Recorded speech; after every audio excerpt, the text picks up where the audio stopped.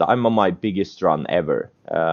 I started trading in 2011 with like $3,000, and I'm up over $300,000 in the past 4 weeks. It's just insane. It's the stock market is just an absolutely wonderful thing if you know what you're doing. Just crazy. I mean, yeah. This is from Monday. This is from Friday.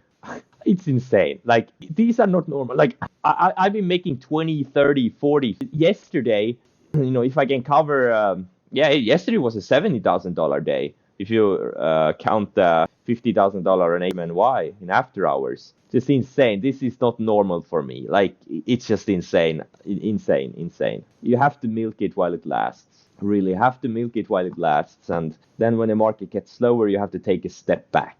Just you have to know when to step on the gas and when to take a step back. This is what Mark Minervini talks about all the time. He talks about the hard penny and the easy dollar markets. And this is definitely an easy dollar market. If you're not making a lot of money in this market, I have bad news for you.